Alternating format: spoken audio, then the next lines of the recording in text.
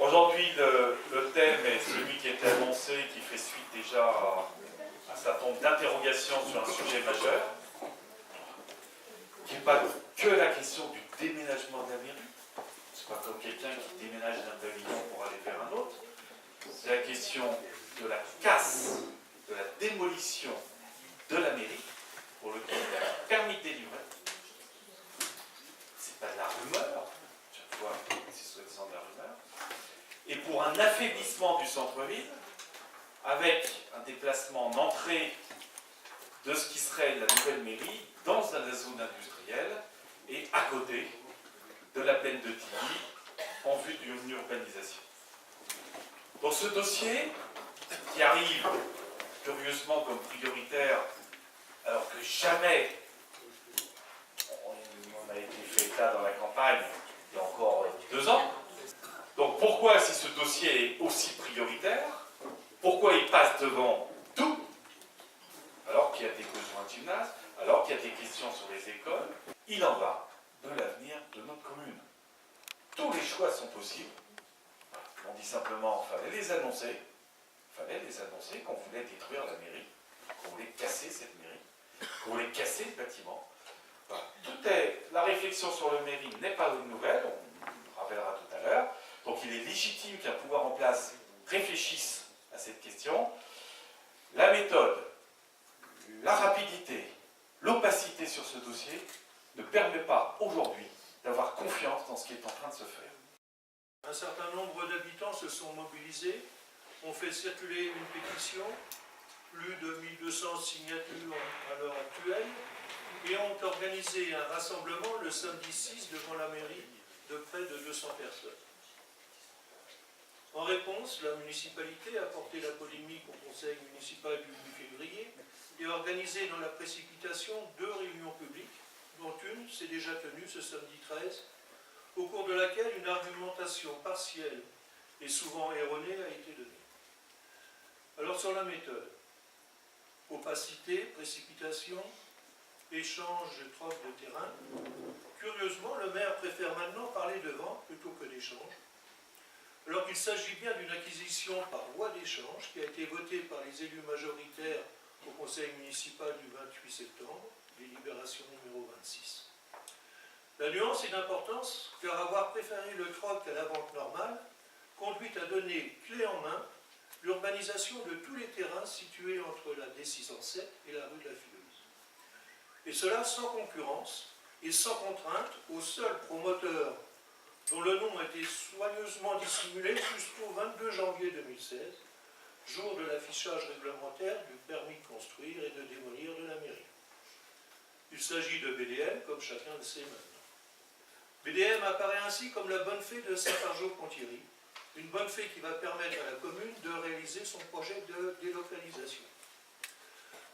En fait, bien sûr, ce troc va surtout permettre à BDM de réaliser l'urbanisation du site mairie à sa guise et à son profit. Un promoteur n'achète pas 23 000 m² de terrain sans savoir ce qu'il va mettre dessus.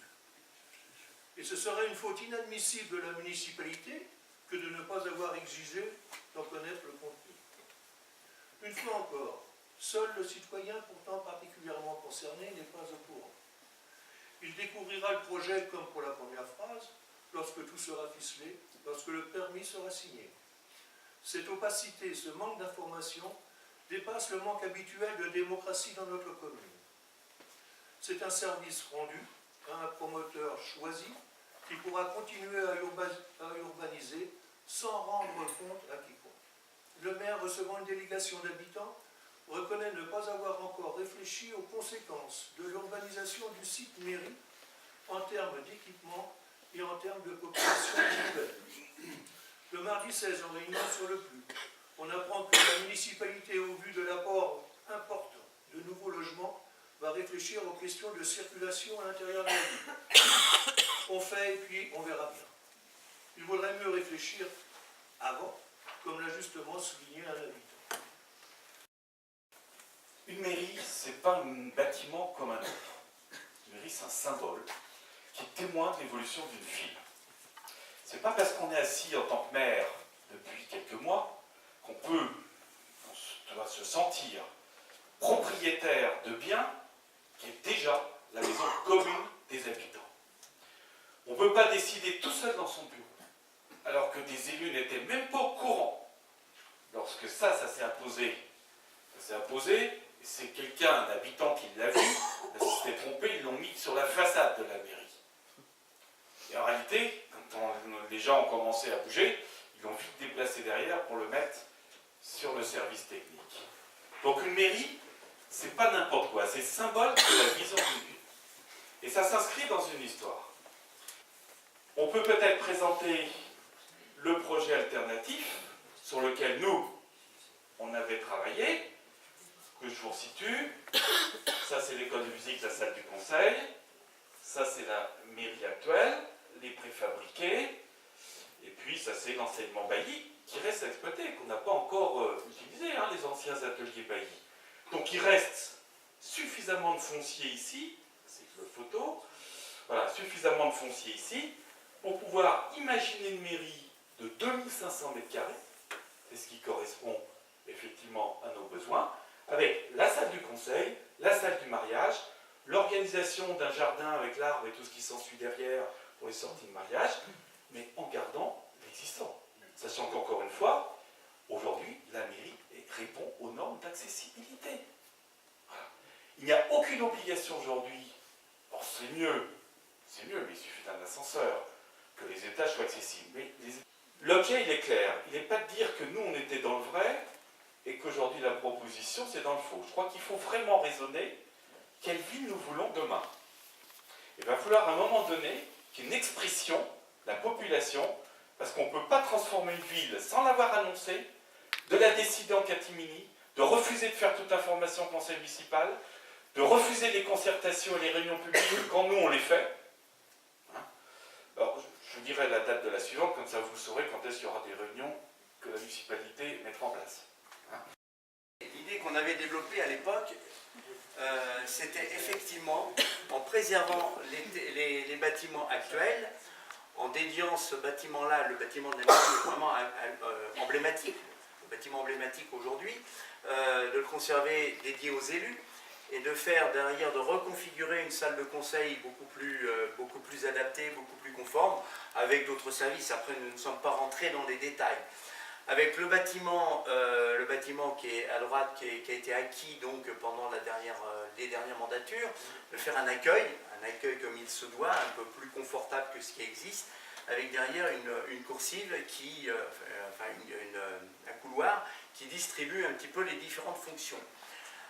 À l'étage donc, alors avec bien entendu le problème handicapé pris en compte, accessibilité dans les étages, avec un ascenseur ici. On verra d'ailleurs que ici on pouvait faire une extension du parking de la bibliothèque de façon à accéder directement à l'ascenseur, desservir les étages supérieurs pour le public bien entendu. Et puis on avait imaginé, parce que c'est une question, je crois même qu'on avait fait le dossier de consultation des entreprises, un parking souterrain à plusieurs niveaux, dont un niveau était dédié au personnel de la mairie, avec un ascenseur direct depuis le parking qui pouvait remonter dans les étages et qu'on retrouve donc ici. Voilà. Donc ça c'est un étage courant. C'était d'avoir donc un rez-de-chaussée, la salle du conseil et d'autres services, hein, je pense à la reprographie ou autre, et d'avoir un bâtiment que l'on voulait a priori très varié, très aérien, qui vienne en encorbellement au-dessus des bâtiments existants. Il y a une mairie, je ne sais plus où c'est, où ça s'est fait là récemment, où l'ancienne mairie est englobée dans un bâtiment. Moi aussi, quand même. Enfin, il y a différents endroits, ça se fait un peu plus. Voilà, on conserve l'ancien, on marie l'ancien avec le moderne. Ce bâtiment aurait été vraiment très, très moderne, englobant l'ancienne mairie. Donc la partie, enfin tout cet ensemble-là, avec notre fameuse, j'ai dû marquer Tourette, mais c'est Tourelle, hein, c'est Tourelle. Bon voilà, donc on dégageait la surface nécessaire pour replacer notamment la partie administrative des services techniques dans un étage ou une partie d'étage. Après on avait fait un programme, mais hélas c'est dans un dossier en mairie que je n'ai plus, on pourrait le refaire, mais voilà, ça avait été fait. Voilà, et c'était un projet qui se voulait moderne, tout en conservant l'ancien. Voilà, le mariage de l'ancien et du moderne. Sur le prix de vente de la mairie. enfin des terrains de la mairie. Donc il y a une surface qui est indiquée là, 22 300 m², et cette surface, en fait, conserve le gymnase, bien entendu. C'est une surface qui correspond en fait à l'ancienne école, le terrain de foot, et puis des terrains issus, enfin, pour partie derrière la mairie, parce que peut-être dans le plan, derrière le bâtiment qui a été créé, on ménageait un espace vert notamment pour les mariages, pour avoir un espace un petit peu plus, pour prendre des photos, etc. On conservait bien entendu l'arbre aussi assez symbolique qui était conservé. Voilà. Donc on arrivait à une surface constructible en fait de 20 000 m². Et aujourd'hui les promoteurs font comment? Quand ils ont une surface de terrain, ils multiplient des fois par 1 ou par 0,9 la surface du terrain pour avoir la surface constructible. Et après, bien entendu, quand ils vendent 1 m² constructible, il y a une partie de charge foncière. C'est charge foncière que l'on retrouve là. Et la mairie était en droit, et puis j'en ai discuté pas plus tard qu'1 heure avec un promoteur, de revendre en fait de la charge foncière. Et aujourd'hui, sur tous les documents, on va sur Internet et vous allez voir, quand on vend un bien public et pour de la constructibilité, on ne tient pas compte du terrain tel quel, on tient compte de la constructibilité du terrain.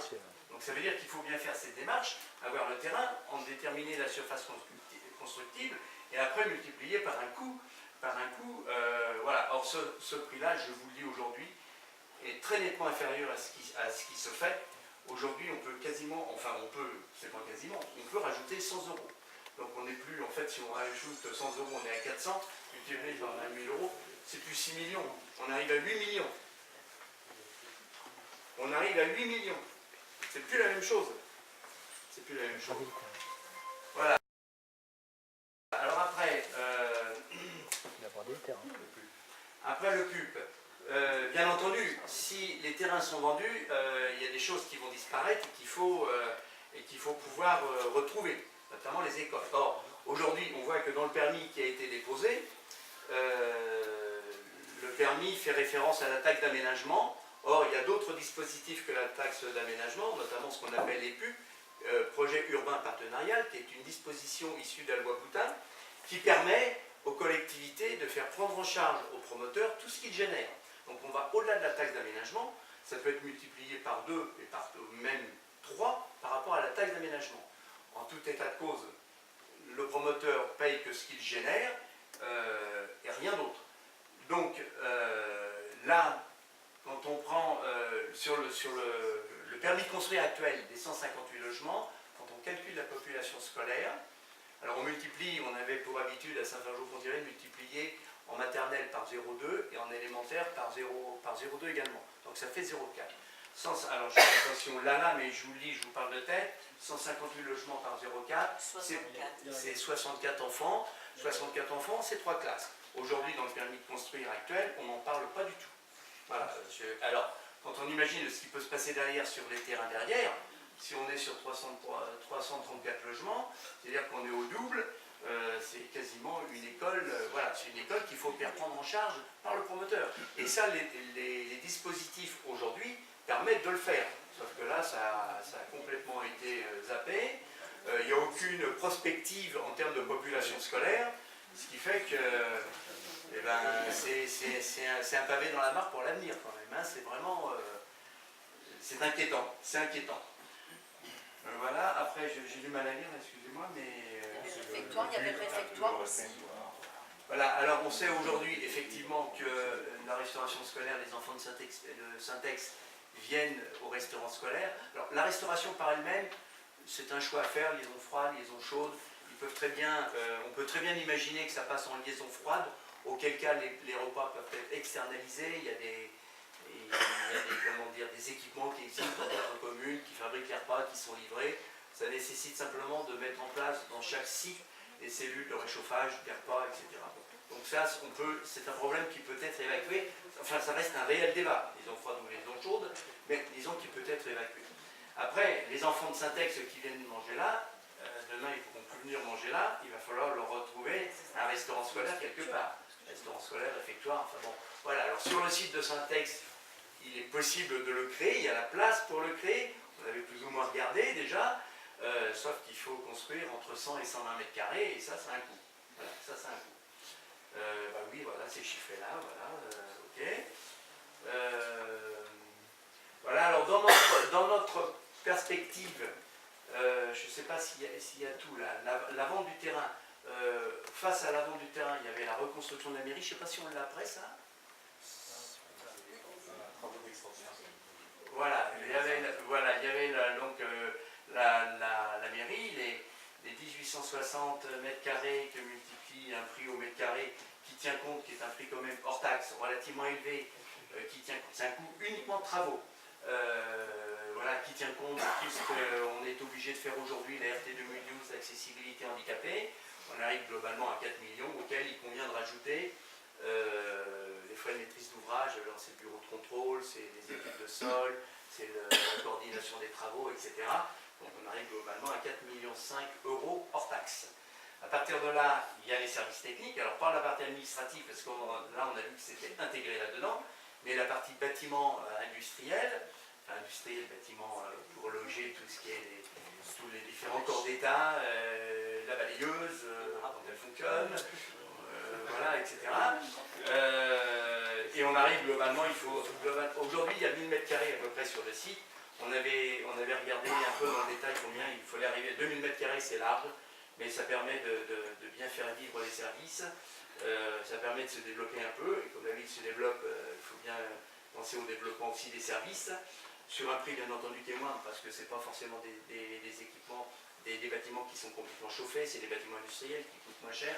Donc on est globalement à 3 millions. Et on voit là que globalement 5 millions, 3 millions, on a parlé du scolaire, prise en charge, qui devrait être prise en charge dans le cadre d'un PUP. On a fait à peu près le tour du problème.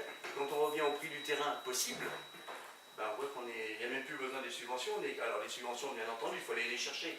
Et à l'époque, on avait vu que dans le cadre de la DGE, alors la DGE a changé, mais pour les équipements administratifs, une mairie par exemple, on pouvait obtenir des subventions. Bon, on voit là que, hors subvention, on est déjà à l'équilibre. Voilà, donc il y avait vraiment un projet là, qui se tenait complètement vers une nouvelle mairie moderne, accessible à tout le monde, et qui renforçait le centre-ville. Voilà. On ne peut pas accepter aujourd'hui que notre principal patrimoine, qui est le foncier public, puisse être cédé à n'importe quel prix à un promoteur privé sans mise en concurrence. On ne peut pas accepter, même si on retenait l'idée que c'est une bonne idée d'aller mettre la mairie là-bas, mais achetons directement un PSF qui attend depuis 5 ans de trouver un acheteur. On l'achetait sans doute pas bien cher. Pourquoi aujourd'hui faire en sorte que le promoteur achète pour 24 heures un terrain qui récédera pour être sûr de ne pas être mis en concurrence? Parce que l'histoire, on la connaît. L'histoire, c'est le promoteur qui est venu voir, de par ses relations avec les présidents de BTP qui dominent aujourd'hui la commune, et qui leur a dit ça c'est de l'or, et ça on le veut. L'avocat de la ville, on a vu le courrier. L'avocat de la ville a écrit en disant attention, vous ne pouvez pas faire ça, il faut mettre en concurrence les terrains publics.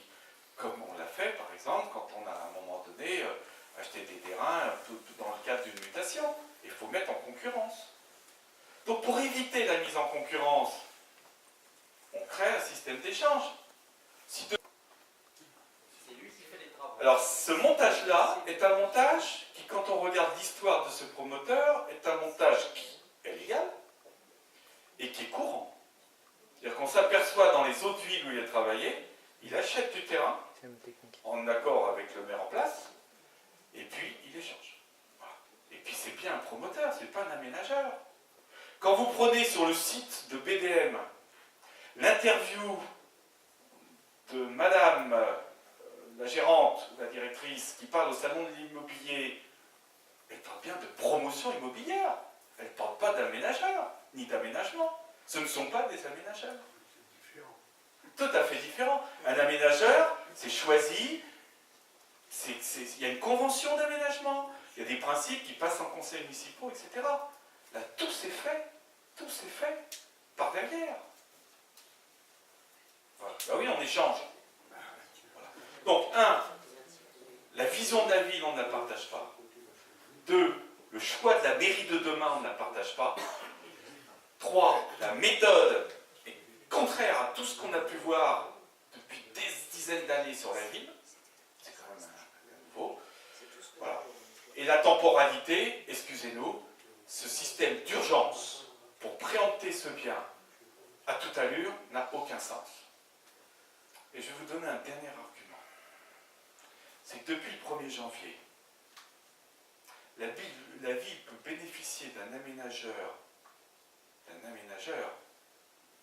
public, gratuitement, depuis qu'on est à l'agglomération mulhunaise.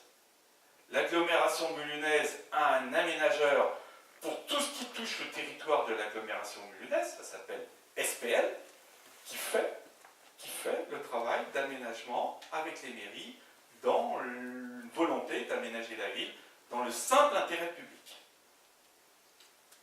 Pourquoi on n'a pas utilisé cet aménageur-là? Puisqu'on est dans l'agglomération depuis le 1er janvier. Et on ne découvre pas qu'on rentre dans l'agglomération au 1er janvier. On le savait avant. On savait que la SPL, ça existait. Nous, on ne demande qu'une seule chose.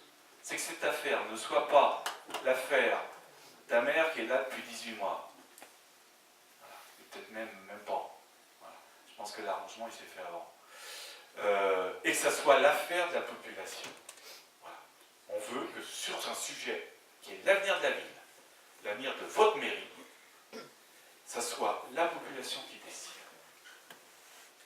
Donc, je viendrai après, je viendrai y répondre une fois qu'on a... Là, je reste peut-être sur les questions techniques et après on abordera sur l'autre étape qui reste, puisqu'on a un mois devant nous, pas plus. Hein. Voilà. Donc, il y avait madame. Oui, enfin, moi, ma question était surtout, elle rejoignait celle-ci parce que ça me semble être la question, qu'est-ce qu'on peut faire véritablement, juridiquement maintenant? Et pour revenir sur le passé, j'ai du mal à comprendre qu'un maire seul ait pu faire tout ça et que juridiquement tout soit correct, légal, que effectivement il ait pu passer par la voie du troc, que le conseil municipal n'ait pas été informé, qu'on a appris qui était le promoteur des mois après. J'ai du mal à comprendre que tout ça soit passé et que juridiquement ce soit irréprochable. Et je pense qu'il y a forcément des failles sur lesquelles on peut agir. Non. Oui, vous avez raison. Il faut prendre conscience que la décentralisation a recréé des petits seigneurs, qui sont les maires, qui ont un pouvoir énorme, c'est-à-dire le pouvoir de signer le permis de construire. Voilà. Donc, il n'y a aucune obligation aujourd'hui pour qu'un maire rende compte avant un permis de démolir, avant un permis de construire. Il n'y a aucune obligation que ça passe dans un conseil. Il faut simplement, une fois que c'est fait, il faut l'informer et il y a 2 mois de recours. Vous savez, on est une ville assez convoitée, parce qu'on est une ville à taille humaine. Voilà. Donc ça veut dire quoi? Ça veut dire que la contrepartie, c'est qu'il y a une pression immobilière très forte. Dans lequel, quand il y a un privé qui vend un terrain et qui demande un permis de construire, on a le droit de construire, le maire ne peut rien faire. Il ne peut pas le contester, sinon, dommage et intérêt, c'est lui qui doit payer tout ce que le promoteur aurait pu gagner sur cette affaire-là. Donc on ne peut pas. Par contre, on a mis des protections. Espace naturel sensible de 36 hectares au parc Sachot pour éviter que la ville, parce que vous voyez bien comment sur Jeanville, les parties urbanisables, comment ça gagnait, et là il y avait un vrai danger. On aurait voulu urbaniser ça, je peux vous dire qu'on pouvait baisser les impôts pendant un bon moment. Hein. 36 hectares de terrain constructible, mais c'était plus la ville. Voilà. On a mis dans notre plus 60% d'espaces verts et agricoles comme base d'organisation de la ville, et il ne restait plus que 7 hectares, d'après la charte signature de la charte du parc naturel du Gâtinais, qui limitait le nombre d'hectares par an, il n'en reste que 7. Là déjà, rien que dans la révision, il y en a déjà 13 de plus, 13 en trop, puisqu'il y en a quasiment 20. Donc on fait sauter tous les verrous. On s'attend à un déclassement d'une partie de l'espace naturel. Il dira pas que c'est pour faire des logements. Il dira que c'est pour mettre quelques bâtiments, pour y mettre 3 poules, 3 canards, après avoir supprimé ceux qui existaient. Bon. Mais c'est la porte ouverte au reste. C'est la porte ouverte au reste. Et ça, après tout, qu'on permette de construire un petit bâtiment pour accueillir 3 poules de cochons et 4 canards, tout le monde sera d'accord. Mais derrière, moi je vous alerte, c'est les verrous. Quand on a mis sur notre organisation une ceinture verte, protection des portes de Seine et autres, tous ces outils-là, vous allez voir, ils vont sauter un par un. Il faut savoir quand même qu'aujourd'hui, depuis la loi NOTRe de juillet 2014, publiée au JO de début août, ça doit être le 3 ou 4 août, le 3 août, le 4 août, ça renvoie à autre chose, le 3 août 2015 de cette année, la NOTRe, nous n'avons plus la compétence des zones d'activité économique. Ça veut dire que c'est l'agglomération meulunnaise qui gère les recettes de zones d'activité économique. Alors les anciennes, il y a une compensation, l'agglomération meulunnaise donne, perçoit et redonne ce qui existait. Tout ce qui est nouveau, la commune ne recevra pas un centime des entreprises qui s'implantent. Pas une. Voilà. Donc quand on veut urbaniser la plaine de Tilly sous prétexte que, etc., c'est pas pour satisfaire ni le budget communal, ni les habitants riverains. Cherchez qui trouve l'avantage à tout ça. Voilà. Le maire, au travers de ces réunions, que ce soit pour le problème de la mairie ou que ce soit pour le PLU, il fait systématiquement passer deux messages. Le premier, c'est que l'ancienne municipalité avait fait une étude pour démolir la mairie et que ça coûtait des millions. Systématiquement, ça vient sur la table. Il brandit même le dossier. Il nous a projeté, il les a trouvés dans l'armoire, sûrement. Bon. Dans les projets, il y a eu un projet d'un architecte d'aménagement 77 qui était effectivement le recul de la mairie pour faire une esplanade, mais le maintien au centre-ville. Le maintien au centre-ville. Et ça date de 2006. Oui, mais ne le dis pas comme ça. Oui, sauf qu'à un moment donné, vous pouvez quand même l'interroger en disant si ça ne s'est pas fait depuis 2006, c'est que ça n'a pas été retenu. Depuis, on a fait Saint-Pie, depuis, on a fait les 26 couleurs, depuis, on a fait la maison de retraite. Donc, quand on est capable et quand on veut faire quelque chose, on le fait. Ça peut prendre du temps, mais on le fait. Si on a racheté la mairie, qu'on l'a renforcée, qu'on l'a rééquipée et qu'on envisageait effectivement pouvoir tout ramener là-dessus, tout ramener et que ça soit payé par une valorisation des terrains derrière, oui, ça c'était notre choix. Mais qu'on ne veut pas nous accuser de faire et nous accuser en même temps de faire le contraire de ce qu'on a fait. À un moment donné, j'espère que les habitants se poseront les vraies questions. Mais encore une fois, si demain les habitants disent qu'il faut déplacer le centre-ville là où il y a de l'espace, s'ils disent qu'il faut renforcer les logements sur le centre-ville, parce que à la limite ça fera des consommateurs en plus pour les commerces locaux. Bon. S'ils disent ça et qu'on n'a pas besoin de la mairie là-bas parce que les gens de Saint-Fargeau se gareront mieux là-bas qu'ici, tout ça c'est pas faux, hein. Voilà. Si la population décide ça, nous on se pliera, sans problème. Il y a un message qu'il fait passer, c'est que s'il ne fait pas ce qu'il dit, c'est-à-dire autant de construction, les impôts vont augmenter. Et ça, c'est un message qui passe systématiquement. Et personne n'est là pour contredire. Je prendrai l'exemple de Henkel Leroy, dont je parlais tout à l'heure. Il dit que s'il ne construit pas 5 à 600 logements là-bas, donc s'il n'exploite pas les terrains du PIF, là, les PIF, eh bien la commune va devoir payer des millions. Alors dans la convention qu'on a signée, comme les PIF achètent les terrains, ils créent les conditions ensuite de se rembourser sur ces terrains. Voilà. Donc ça passait globalement sur 15 ans, c'était sur 15 ans, de pouvoir avoir sur tout ce secteur-là 600 logements. Ça c'était l'obligation, sur 15 ans. Ça veut dire une cinquantaine de logements par an. C'est ça que ça voulait dire. Oui, ça, cet engagement-là, il existe.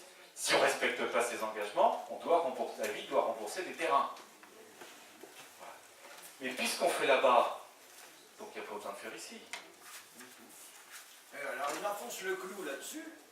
Alors quand on lui pose la question, si vous construisez 5 à 600 logements là-bas, tout le monde voit où c'est, hein, à côté du pont, au bout du pont. Il va y avoir 1000 à 1200 véhicules. Ça correspond à peu près à ça. Où vont-ils passer? Et plusieurs personnes ont posé la question. Déjà, tous les jours, pour traverser le pont, c'est la Croix-la-Bannière. Pour remonter sur la 7, c'est pareil. Donc, s'il y a 1000 ou 1200 voitures par jour, en plus, à cause de ces 5 à 600 logements, il faudra peut-être réfléchir, avant de construire les logements, où on va faire passer les voitures. En fait, quand on a fait la pétition, on demandait systématiquement aux gens s'ils étaient de la commune. Des signatures venant de l'extérieur, non, c'est pas possible. Si j'en ai eu une, moi, de Pringy, quelqu'un qui a voulu absolument signer. Bon, j'ai pris quand même, il n'y en a eu qu'une, sur 1200. Donc il nous raconte vraiment n'importe quoi là-dessus. Les gens signaient très facilement, très volontiers. Ils n'avaient vraiment pas beaucoup d'explications. Par contre, ils nous tenaient la jambe après pour nous dire qu'ils n'étaient pas contents. Il y a pas mal de gens qui nous disaient qu'ils avaient voté pour Billard et qu'on les fois, ils ne reprendrait plus. Voilà en fait ce que j'ai entendu. Il y en a un qui m'a dit que ça ressemblait à un petit arrangement entre amis, quoi, en fait. Parce que c'est le sentiment général aussi. Voilà. Et combien là vous êtes alors? C'est Daniel qui va savoir plus. Daniel, c'est elle qui a fait les comptes.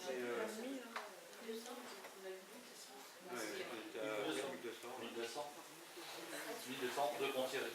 De Ponthierry, oui. Apparemment, De Saint-Fargeau-Ponthierry. peut-être 1198 de Ponthierry.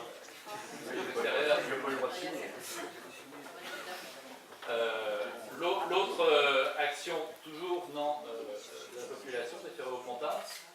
Jean, il faut rester debout, entre autres. C'est la mobilisation qui a eu lieu devant la mairie, l'actuelle mairie, le 6 février. Pareil, si ou Jean, ou Aurore, ou Dominique, ou d'autres, Daniel. Je voulais dire un petit mot de ce rassemblement. Vous étiez quand même très très nombreux, me semble-t-il. Oui, disons Avec la que toute réception. quand ce rassemblement il a été initié, on n'était pas très sûr du nombre de personnes qui viendraient, quoi. Il y avait une certaine incertitude. 200 personnes, c'était une surprise. En fait, on ne s'attendait pas à ce qu'il y ait une telle mobilisation pour un rassemblement physique. Ça, c'était quand même très positif. On ne pensait pas être reçu par M. Billard. On pensait qu'il nous ferait qu'il mettrait un blocage, en fait. Mais non, il est venu et il nous a fait visiter toute la mairie en nous disant mais elle est vraiment pas vivable cette mairie. C'est vrai qu'elle est compliquée, hein. Honnêtement il y a des escaliers un peu partout, mais bon, je pense pas que, j'ai pas entendu de la part, moi je connais quand même des gens qui travaillent maintenant, j'ai jamais entendu se plaindre des conditions de travail proprement dites, en fait. Ils se plaignent par contre des conditions de travail avec le maire, oui ça c'est vrai. Bonsoir à tous, donc je pense que beaucoup d'entre vous me connaissent, ou en tout cas si vous ne me connaissez pas physiquement, vous connaissez maintenant l'association Rassemblés pour l'avenir. Ça veut bien dire ce que ça veut dire, on est là depuis 2 ans maintenant, les petits tracts dans les boîtes aux lettres c'est nous, c'est-à-dire que c'est un travail de fourmi qui est organisé avec un bureau qui est là pour recueillir les informations, regarder ce qui se passe, et je pense qu'aujourd'hui tout le monde voit ce qui se passe et que c'est une catastrophe en soi. Relayer ces informations. Donc, on a eu effectivement l'initiative dernièrement, suite à tout ce que vous a expliqué Philippe, de faire des badges, vous voyez comme j'ai là, qui se vendent 1 €. Moi je vous encourage à en acheter au maximum pour vous, pour vos familles, pour vos amis. Le but étant de s'afficher comme ça dans la ville et puis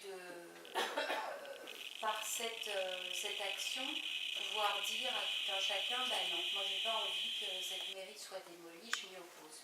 Donc je pense que c'est important que vous ayez aussi vous cette possibilité de vous exprimer.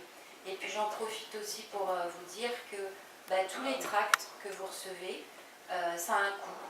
Donc si vous souhaitez nous aider, on est une dizaine dans le bureau, il y a plus de 150 adhérents maintenant dans l'association, mais vous êtes les bienvenus au niveau des dons, si vous avez envie en tout cas que ça continue, que ça s'amplifie et puis que ça perdure. Voilà.